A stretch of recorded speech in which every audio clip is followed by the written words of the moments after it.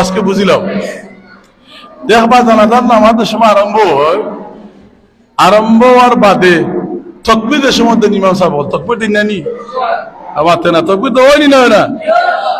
তকবীর দেওয়ার সময় অনেকে দেখছে আমি মুখগুলা তুলা মারবে হাসানা মিশা তুতনি তুলা তো হইনি না হয় না জানাজার নামাজ আমরা যারা 5 ওয়াক্ত নামাজ পড়ি 5 ওয়াক্ত নামাজের মাঝে যেমন রুকু সেজদা আছে জানাজা নামাজের রুকু সেজদা নেই অথবা বেশি কথা বুঝাইনি আমার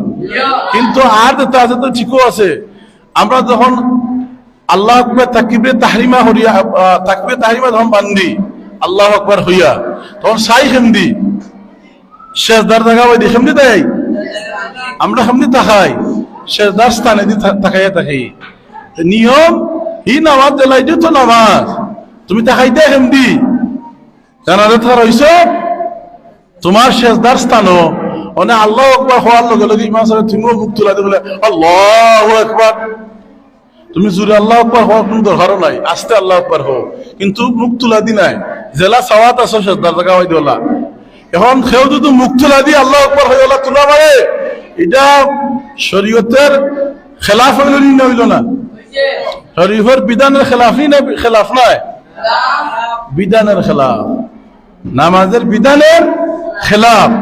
অনেকে না জানিয়া করেন আল্লাহর কাছে দোয়া করে আল্লাহ বুঝ দিতা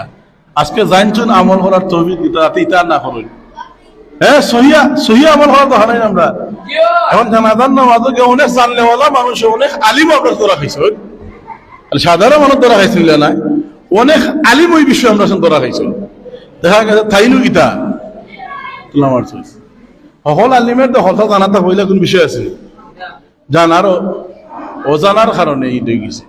অজানার কারণে সব বিষয় জানা নাই বিদায় মাসলা মাসাইল একটা বিষয় তুমি ইমামতি করলে মজুমগিরি করলে কিছু মাসলা মাসাইল চাওয়া লাগে বাবারে মুসল্লি হতে প্রশ্ন করবো ও সুবাদে ইমাম মসজিদ মহলদের বেশি বা মাসলা মাসাইল একটু বেশি জানা থাকে আর যারা তোমার ফিকাহ শাস্ত্রের মধ্যে যারা আছেন মুফাক্কিহ যারা এরা মাসলা মাসাইল জানান বেলা মুফতি করতে মাসলা মাসাইল জানান বেলা এখন তোমরা আসামি ক্লিয়ার হইয়া দিলাম জানাজার নামাজ আল্লাহু আকবার হইলে মুখে তুলা মারিও না মতামত হবনি